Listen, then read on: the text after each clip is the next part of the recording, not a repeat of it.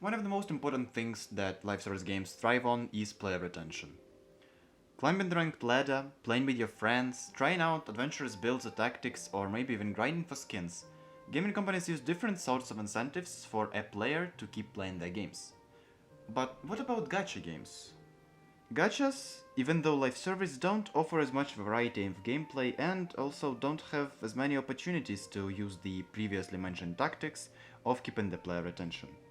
Due to the nature of the gacha genre, players are constantly being subjected to something called FOMO, or fear of missing out, which does exist in other types of live service games, but is much more prevalent here.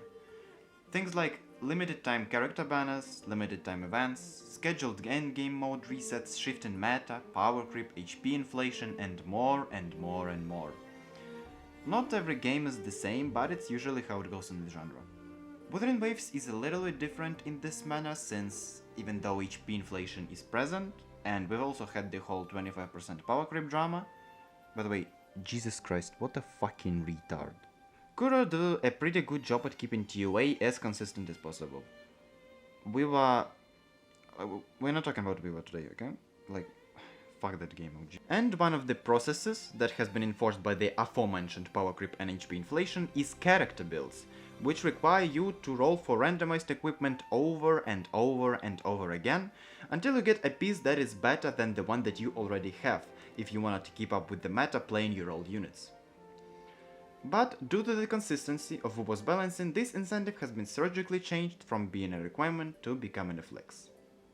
Well, not for all people, Ryuko is still building his Carlotta. By the way, that reminds me. That old ecosystem drama had an interesting point. Farming for echoes should not be the only way of keeping player attention. This conclusion has been proven to me in the patch 2.5, which was one of the driest fucking patches in gacha gaming. In this patch you had literally nothing to fucking do. That Frolova event was fucking dog shit. I didn't even finish it because of how bad it is. It's like legit, it's a fucking ZZZ event.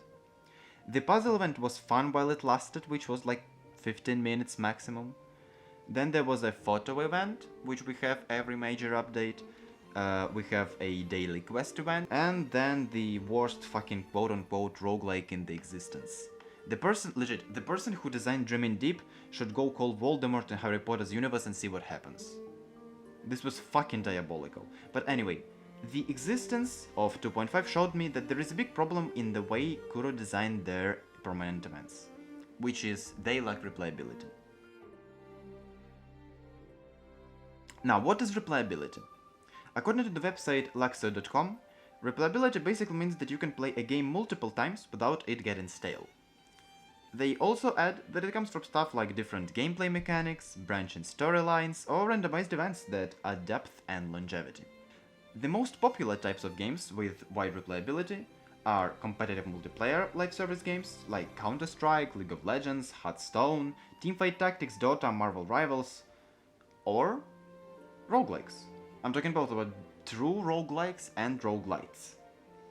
Both are built of kind of the same idea, which is the same core gameplay, but different circumstances every time. And there's also semi-replayable one-and-done games, like Souls games, the Elder Scrolls series, Terraria, or even Civilization. This grouping might seem a little bit weird, but my point is that they have a lot of replayability due to the wide variety of builds or tactics you can use to beat the game. Now, that we have established that, we can return to my initial point.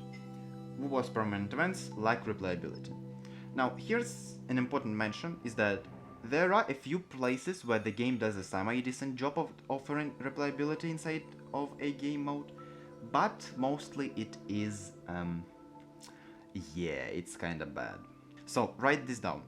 TOA is on a monthly reset, WuWa is horseshit, Phantasma Dreamland is one and done, boring as fuck, and also just horseshit. Dreaming Deep is not a fucking roguelike, and again, horseshit. Fantasies of the Thousand Gateways almost doesn't have any replayability. You could technically call it a roguelite, but it doesn't make it fun or anything, it's just, dog shit again. Somnium Labyrinth is one and done, which is, I didn't really like honestly the game mode, but anyway. Banners Will Never Fall was actually a good event, but again, it doesn't have replayability, it's one and done thing. Peaks of Prestige is a very good game mode, but it has some ways to improve, which I will talk about later. Cubic and QB is... well, you could technically call it replayable, but I mean, who is playing it? Same shit goes for the Old Man and the Whale. And then we also have a story event and Rinascita Exploration. Rinascita. This is like fucking horrible. Besides TOA, we have like 1 1/5 of a game mode to play during the empty 70% of the patch, but I do have some suggestions on how to fix certain things. So, how do we make the empty parts of the patch more fun?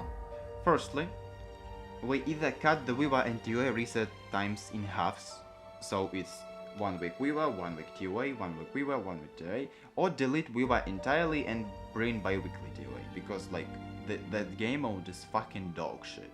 Secondly, we add an actual complex, difficult roguelite. Or roguelike, but roguelites are more just popular. It could be an improved Elusive Realm, could be something like the Hearthstone's Cobbleds and Catacombs, Witchwood or Rumble Run adventures, but in Peaks of Prestige. It can also be something like Dead Cells, where Rover can use every other character's weapons. Or maybe a Vampire Survivors game mode, but it should be something that has long hours of gameplay. And you don't even need to lock Astrite or Echo Mats behind them, just put some achievements, maybe some random echo boxes, and an exclusive skin. That's kind of it.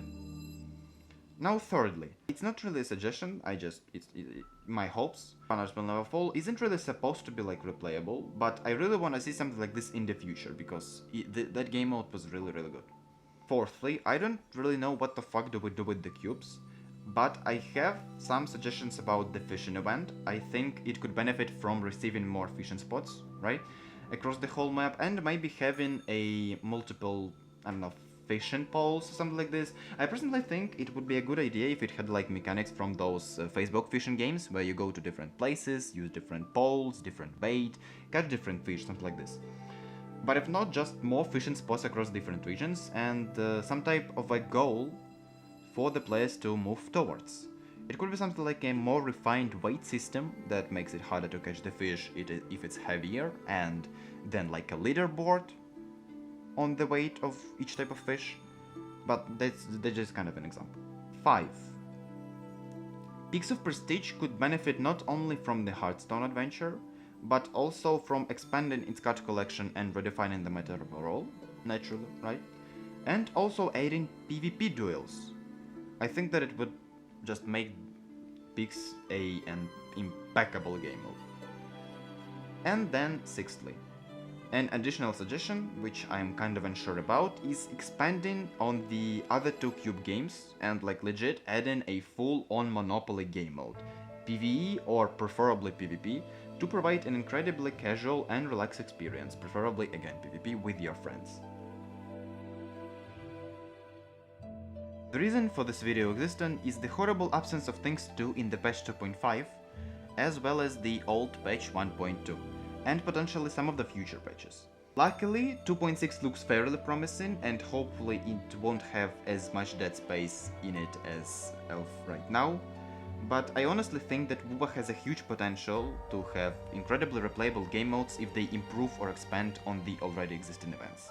And now, having said all this, I'm getting the fuck out.